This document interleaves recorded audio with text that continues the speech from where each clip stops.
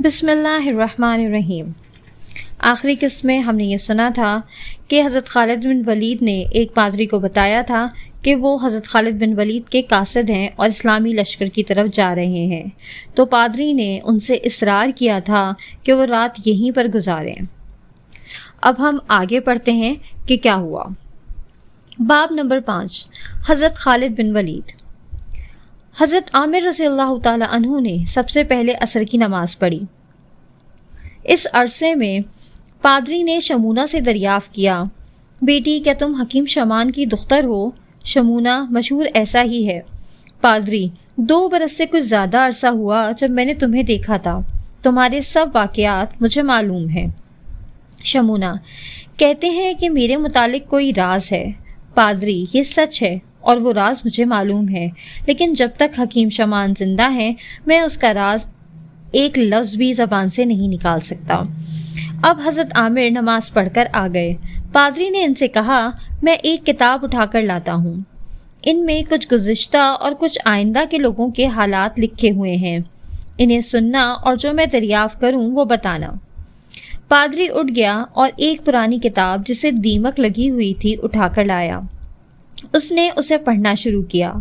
اس میں لکھا تھا، سرزمین عرب میں ایک نبی پیدا ہوں گے، ان کی قوم انہیں سخت اذیتیں دے گی، وہ وطن سے جلا وطن کر دیے جائیں گے، ان کی تعلیم نیکی، پرہیزگاری، صداقت اور توحید پرستی کی ہوگی، ان کا دین چمکے گا، یہاں تک کہ اللہ تعالیٰ انہیں اپنے پاس بلا لیں گے۔ حضرت عامر نے کہا، اللہ کی قسم، عرب میں یہ نبی مبعوث ہوئے، ان کی قوم نے انہیں بے حد ستایا، وہ لوگوں کی زیادتیوں سے تنگ آ کر اپنے وطن مکہ سے مدینہ منورہ میں ہجرت کر گئے۔ ان کی تعلیم کا خلاصہ وہی ہے جو آپ نے فرمایا، ان کا وصال ہو چکا ہے۔ پادری: ان کے جانشین موضوع قد کے ہوں گے، جن کا رنگ کھلتا ہوا گندمی ہوگا، چہرہ نرم، پیشانی چوڑی، ناک موضوع اور آنکھیں بڑی ہوں گی۔ حضرت عامر رضی اللہ تعالی عنہ نے کہا، اس وقت وہی خلیفہ ہیں، ان کا نام حضرت ابو بکر صدیق ہے۔ پادری نے کہا، عراق کی طرف سے ایک علم آئے گا جو رسول اللہ صلی اللہ علیہ وسلم کے جانشین کا بھیجا ہوا ہوگا۔ یہ علم سیاہ رنگ کا ہوگا، اس کے زیر سایہ دلیران عرب ہوں گے، ان کی داڑیاں ہوں گی، ان کا سپہ سالار ایک مضبوط جسامت اور شہسوار شخص ہوگا، اس کا سینہ کشادہ ہوگا، دونوں شانوں میں خاصا فاصلہ ہوگا، چہرے پر چیچک کے نشان ہوں گے۔ حضرت عامر رضی اللہ تعالیٰ عنہ نے کہا، ہم لوگ عراق ہی سے آئے ہیں، ہمارا علم سیاہ ہے اور اس کا نام رایت العقاب ہے، ہمارا سپہ سالار ایسا ہی ہے جیسا آپ نے کہا، اور ان کا نام حضرت خالد بن ولید رضی اللہ تعالیٰ عنہ ہے۔ پادری نے کتاب بند کر کے کہا، یہ شخص عظیم الشان فاتح ہوگا، تمام ملک شام ان کے ہاتھ پر فتح ہو جائے گا، اب تم ان کے حالات مجھے سناؤ۔ حضرت عامر نے کہا، لیکن ان کے حالات ایسے نہیں ہیں جو میں ذرا سی دیر میں بیان کر سکوں۔ پادری نے کہا، یہ میں بھی سمجھتا ہوں، لیکن میری یہ خواہش ہے کہ میں ان کے تمام حالات سنوں۔ حضرت عامر نے کہا، بہت اچھا، میں اس وقت تک کے تمام حالات آپ کو سناؤں گا۔ اس وقت چند پادری اور کچھ عورتیں آئیں۔ پادری نے انہیں اپنے پاس بٹھا کر حضرت عامر سے کہا، یہ اس گرجا کے دیندار مرد اور عورتیں ہیں، مرد راہب اور عورتیں راہبہ یعنی نن کہلاتی ہیں۔ یہ وہ لوگ ہیں جو نفسانی خواہشات کو جانتے بھی نہیں، ہمیشہ کنوارا رہنے کا عہد کر کے گرجا میں داخل ہوئے ہیں اور اپنی تمام عمر عبادت و ریاضت میں گزار دینے کا عہد کر چکے ہیں۔ حضرت عامر: کیا مذہب عیسوی میں شادی نہ کرنے والوں کا رتبہ بڑھا ہوا مانا گیا ہے؟ پادری نے کہا، شادی نہ کرنا زبردست قربانی ہے، ان سے ان کا رتبہ بڑھ جاتا ہے، کیا تمہارے مذہب میں یہ بات نہیں ہے؟ حضرت عامر نے کہا، ہمارے مذہب میں یہ بات نہیں، ہمارے ہاں شادی کرنا ضروری ہے۔ پادری نے کہا، خیر، تم حضرت خالد کے واقعات سناؤ۔ حضرت عامر نے کہا، اچھا تو سنیے۔ ہمارے رہبر و ہادی، فخر انسان و فخر رسول، رسول اللہ صلی اللہ علیہ وسلم قریش کے معزز ترین خاندان میں سے تھے۔ ان کی 8ویں پشت میں ان کی جد اعلیٰ مرہ تھے۔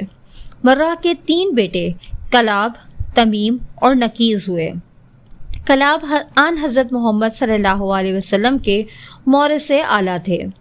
تمیم حضرت ابوبکر صدیق موجودہ خلیفہ کے جد بزرگوار تھے اور نکیز حضرت خالد کے مورث تھے۔ پادری نے کہا گویا حضرت خالد بھی قریش کے معزز ترین خاندان سے ہیں اور ان کا سلسلہ نسب تمہارے رسول اللہ صلی اللہ علیہ وسلم سے 8ویں پشت میں مل جاتا ہے۔ حضرت عامر نے کہا جی ہاں، نقیز کا بیٹا مخزوم تھا جو تمام قریش میں کثیر العیال اور فارغ البال شخص گزرا ہے۔ بنی مخزوم کا مشہور قبیلہ اس شخص کی طرف منسوب کیا جاتا ہے۔ چونکہ وہ حضرت خالد کا مورث ہے اس لیے حضرت خالد مخزومی کہلاتے ہیں۔ مخزوم کی نسل میں ایک شخص مغیرہ تمام قریش میں مشہور جنگجو اور بہادر شہسوار گزرا ہے۔ وہ تمام قریش کی فوج کا سردار تھا۔ اس کا لقب صاحب العینہ پڑ گیا تھا۔ ان کا بیٹا ولید ہوا جو رسول اللہ صلی اللہ علیہ وسلم کے زمانے میں تھا۔ اسی ولید کے بیٹے حضرت خالد ہیں۔ ولید بن مغیرہ نہایت خوبصورت اور وجیح تھا۔ اس کی اسی خوبصورتی کی وجہ سے اسے ریحانہ قریش یعنی قریش کا پھول کہا جاتا تھا۔ اسے اللہ تعالیٰ نے سبھی نعمتیں عطا کی تھیں۔ حسن و جمال کے علاوہ فصاحت، لیاقت، دولت اور حشمت بھی عطا فرمائے تھے۔ وہ تجارت بھی کرتا تھا اور زراعت بھی، اسی لیے اس کی ریاست و عمارت بڑھی ہوئی تھی۔ اس کے سینکڑوں باغ و بستان تھے، ہزاروں مویشی، بکریاں، گھوڑے اور اونٹ تھے۔ تجارت کا یہ عالم تھا کہ اس کی تجارتی کوٹھی میں بزازی سے لے کر جواہرات تک فروخت کے لیے موجود رہتے تھے۔ اس کے قافلے بیرون عرب میں تجارت کے لیے جاتے تھے۔ 20 ایجنٹ تھے جو مختلف ممالک میں جا کر خرید و فروخت کرتے تھے۔ اس کی دولت کا یہ عالم تھا کہ اس کے خزانے میں 1 لاکھ دینار سرخ اور 10 لاکھ روپیہ ہر وقت نقد موجود رہتا تھا۔ انہی وجوہات سے وہ وحید القوم یگانہ قوم بھی مشہور تھا، لیکن اس کے تمول و زیجا ہونے نے اسے اللہ تعالیٰ سے روگردان کر دیا تھا۔ وہ بتوں کا پرستار تھا۔ جب رسول مکرم صلی اللہ علیہ وسلم نے اسلام کی تبلیغ شروع کی اور بتوں کے پرستاروں کو اللہ تعالیٰ کی وحدانیت کی پرستش کی تلقین کی تو ساری قوم حضور اکرم صلی اللہ علیہ وسلم کے خلاف بھڑک اٹھی۔ قوم کے سرکردہ لوگوں نے متفقہ طور پر رسول اللہ صلی اللہ علیہ وسلم کی مخالفت کرنی اور انہیں استغفر اللہ اذیت پہنچانی شروع کر دی۔ ولید نے بھی عداوت پر کمر باندھی۔ آن حضور صلی اللہ علیہ وسلم اور مسلمانوں کو جس قدر اذیتیں پہنچائی گئیں اور ان کے خلاف جس قدر ظالمانہ منصوبے بنائے گئے، ان میں سے زیادہ تر ولید ہی کے دماغی اختراع کا نتیجہ تھے۔ اگرچہ ولید سمجھ چکا تھا کہ اسلام حق ہے، قرآن شریف انسانی کلام سے بالا تر ہونے کی وجہ سے اللہ تعالیٰ کا کلام ہے، لیکن دولت کے غرور، امارت کے فخر اور قریش کے لیڈر ہونے کے زوم میں وہ صداقت کو اختیار کرنے کی بجائے اس کی مخالفت میں ہمتاً مصروف ہو گیا تھا۔ وہ آبائی جہالت کو نہ چھوڑ سکا۔ آخر اسلام کی مخالفت کرنے کا یہ نتیجہ ہوا کہ اس کی امارت جاتی رہی، دولت خاک میں مل گئی اور وہ خود بھی مارا گیا۔ اسی ولید کے بیٹے حضرت خالد بن ولید ہیں۔ ولید کے بیٹے تو بہت سے ہوئے، لیکن ان میں سے 7 مشہور ہیں، جن کے نام یہ ہیں: سمیان آس، قیس، عبدالشمس، ولید طلقیہ، حشام، حمارہ اور خالد۔ ان میں حضرت ولید، حضرت حشام، حضرت حمارہ اور حضرت خالد مسلمان ہو گئے، باقی باپ کی طرح دولت اسلام سے محروم ہی رہے۔ حضرت خالد ہجرت نبوی سے تقریباً 20 سال قبل پیدا ہوئے۔ انہوں نے کفر کی آغوش میں آنکھیں کھولیں، کفر کی گود میں پرورش پائی اور کفر کے ہی عالم میں ہوش سنبھالا۔ ان کی والدہ کا نام لبابہ صغرا بنت حارث الحلالیہ تھا۔ لبابہ صغرا 3 بہنیں تھیں، ایک لبابہ صغرا، دوسری لبابہ کبریٰ جن کی کنیت ام فضل، اور ان کی شادی رسول اللہ صلی اللہ علیہ وسلم کے چچا حضرت عباس بن عبد المطلب سے ہوئی تھی۔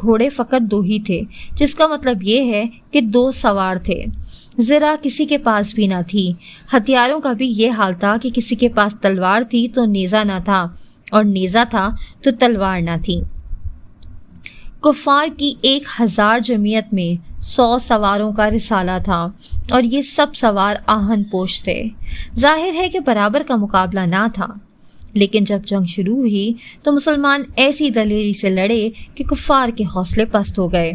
ان کے صرف 70 ہی آدمی مارے گئے تھے کہ ان پر مسلمانوں کی ہیبت چھا گئی، اور وہ بے تحاشا میدان جنگ چھوڑ کر فرار ہو گئے۔ اس فراری کی وجہ یہ ہوئی کہ کفار کے تقریباً تمام سرکردہ لوگ مارے گئے تھے۔ ابو جہل، عتبہ، زمعہ، عاص، امیہ، ابو البختری، شیبہ، ولید جو کہ حضرت خالد کے والد تھے، اور ممبر بن الحجاج، یہ کفار کے سرتاج و سردار تھے جو مارے گئے۔ مسلمانوں کو یہ زبردست فتح حاصل ہوئی۔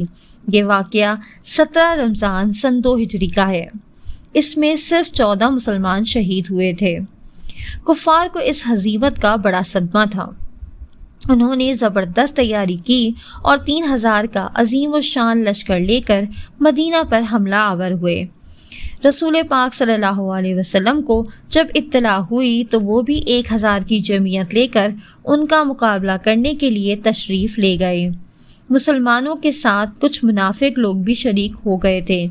ان منافقوں کا سردار عبداللہ بن ابی تھا۔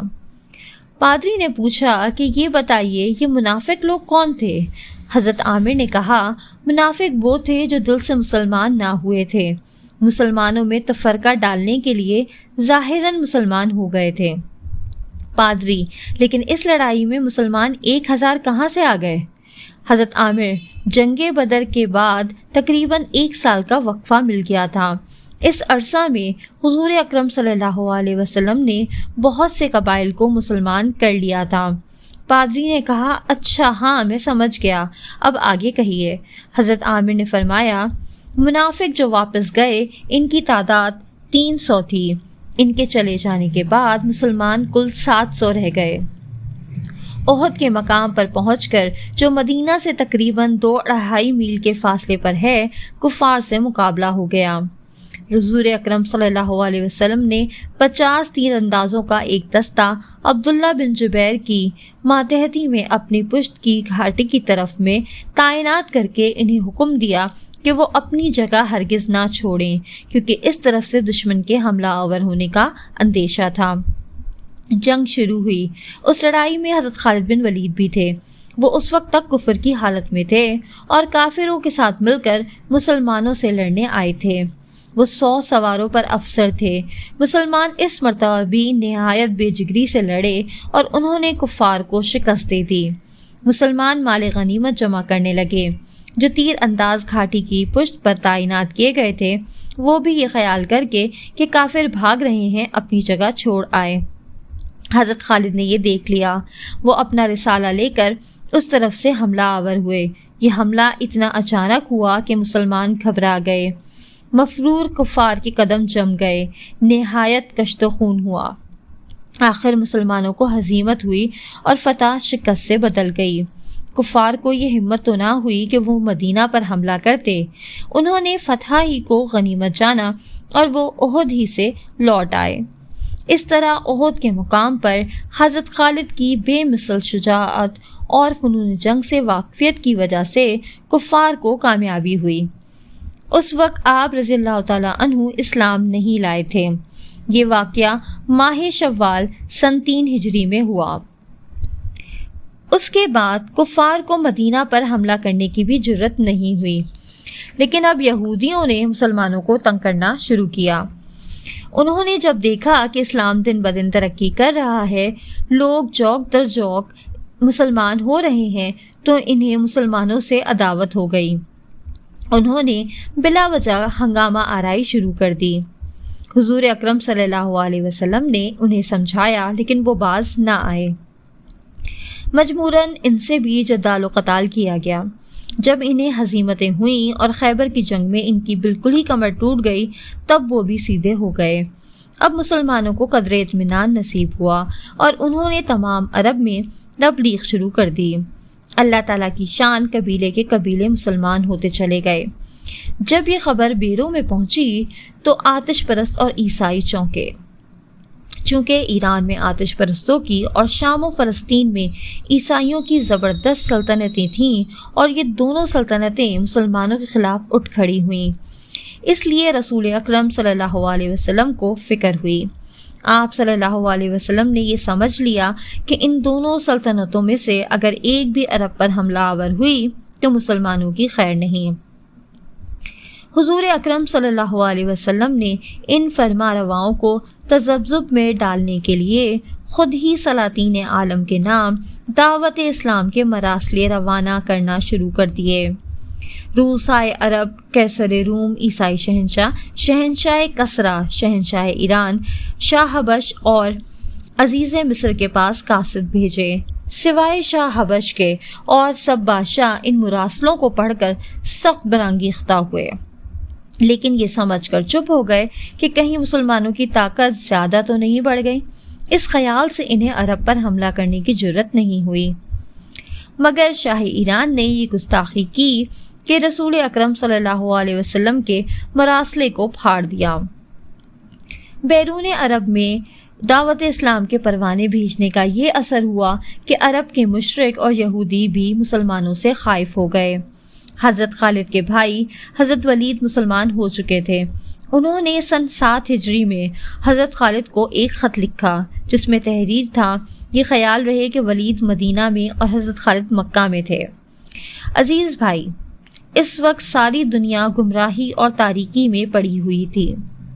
یہودی اور عیسائی خدا کے بیٹے بتاتے تھے، عرب اور دوسرے ممالک بت پرست تھے، ایران میں آگ پوجی جاتی تھی۔ آخر غرت حق کو حرکت ہوئی، اللہ تعالیٰ نے اپنا نبی صلی اللہ علیہ وسلم بھیجا۔ یہ نبی صلی اللہ علیہ وسلم جو امی ہیں، یعنی کہ ان پڑھ ہیں، پڑھ نہیں سکتے، انہوں نے ہزاروں سختیاں جھیل کر اسلام کی تبلیغ کی۔ اللہ تعالیٰ مددگار تھا، لوگ مسلمان ہونے لگے، نیک روحیں کھچی چلی آ رہی ہیں۔ تم کس وقت کا انتظار کر رہے ہو؟ رسول اکرم صلی اللہ علیہ وسلم تمہیں پوچھتے تھے، تم حضور اکرم سے خوب واقف ہو، وہ راست گو ہیں، نیک ہیں۔ اگر اللہ تعالیٰ نے انہیں پیغمبری عطا نہ کی ہوتی تو وہ کبھی نبوت کا دعویٰ نہ کرتے۔ تم خود دانشمند ہو، سوچو، لکڑی یا پتھر کے بت پر پرستش کے قابل نہیں ہو سکتے، وہ خدا نہیں ہیں، بلکہ سچ پوچھو تو وہ انسانی کاریگر ان کے خالق ہیں جو انہیں بناتے ہیں۔ حقیقت یہ ہے کہ ہمیں شیطان گمراہ کیے رہا، ہم بڑے مغالطہ اور حماقت میں گرفتار رہے۔ تمہارا بھائی ولید از مدینہ۔ حضرت خالد کے پاس یہ خط پہنچا اور انہوں نے پڑھا تو فوراً ہی کہا، ولید نے سچ لکھا ہے، بت خدا نہیں ہو سکتے، ہم غلطی پر ہیں۔ چنانچہ وہ اپنے دوست حضرت عمرو بن العاص فاتح مصر کے پاس گئے۔ انہوں نے اپنے بھائی کا خط ان کے سامنے رکھ کر کہا، اسے پڑھ کر بتاؤ مجھے کیا کرنا چاہیے۔ حضرت عمرو بن العاص نے خط پڑھ کر کہا، سچ پوچھتے ہو تو ولید نے درست لکھا ہے، میں خود بھی مسلمان ہونے کا ارادہ رکھتا ہوں۔ حضرت خالد نے کہا، پھر دیر کیا ہے، مدینہ چلو۔ حضرت عمرو نے کہا، ضرور، آج میں حضرت عثمان بن طلحہ سے بھی ذکر کروں گا، ان کا بھی مسلمان ہونے کا ارادہ تھا۔ حضرت خالد نے فرمایا، ضرور ذکر کر لو، لیکن چلنا ہے تو جلد چلو، میرا دل مسلمان ہونے کے لیے بہت بے قرار ہے، سوچتا ہوں میں آج تک اندھیرے ہی میں پڑا رہا۔ حضرت عمرو نے فرمایا، اور میں بھی، شیطان نے ہماری آنکھوں پر پردہ ڈالے رکھا، ورنہ ہمیں تو سب سے پہلے مسلمان ہو جانا چاہیے تھا۔ حضرت خالد چلے آئے۔ حضرت عمرو بن العاص نے حضرت عثمان بن طلحہ سے ذکر کیا، وہ بھی تیار ہو گئے۔ غرض یہ تینوں بہادر شہ سوار اور معزز اعرابی مکہ سے مدینہ روانہ ہوئے اور دربار رسالت میں پہنچے۔ رسول اللہ صلی اللہ علیہ وسلم نے حضرت خالد سے دریافت فرمایا، کہو کس ارادے سے آئے ہو؟ حضرت خالد نے عرض کیا، مسلمان ہونے کے لیے۔ رسول اکرم صلی اللہ علیہ وسلم نے فرمایا، مسکرا کر فرمایا، اللہ تعالیٰ کا شکر ہے، اب مکہ نے اپنے جگر گوشے ہماری طرف اس لیے بھیجے ہیں تاکہ وہ مسلمان ہو کر اسلام کی خدمت کریں۔ چنانچہ حضور نبی محترم صلی اللہ علیہ وسلم نے اسی وقت ان تینوں کو مسلمان کر لیا۔ چونکہ جنگ احد کی وجہ سے حضرت خالد کی شہرت ہو گئی تھی، اس لیے جب مسلمانوں نے سنا کہ وہ مسلمان ہو گئے ہیں تو انہیں دیکھنے اور ان سے ملنے کے لیے مسلمانوں کا جمع غفیر امڑ آیا۔ عام طور پر مسلمانوں کو حضرت خالد کے مسلمان ہونے سے خوشی ہوئی۔ اتنا بیان کر کے حضرت عامر خاموش ہو گئے۔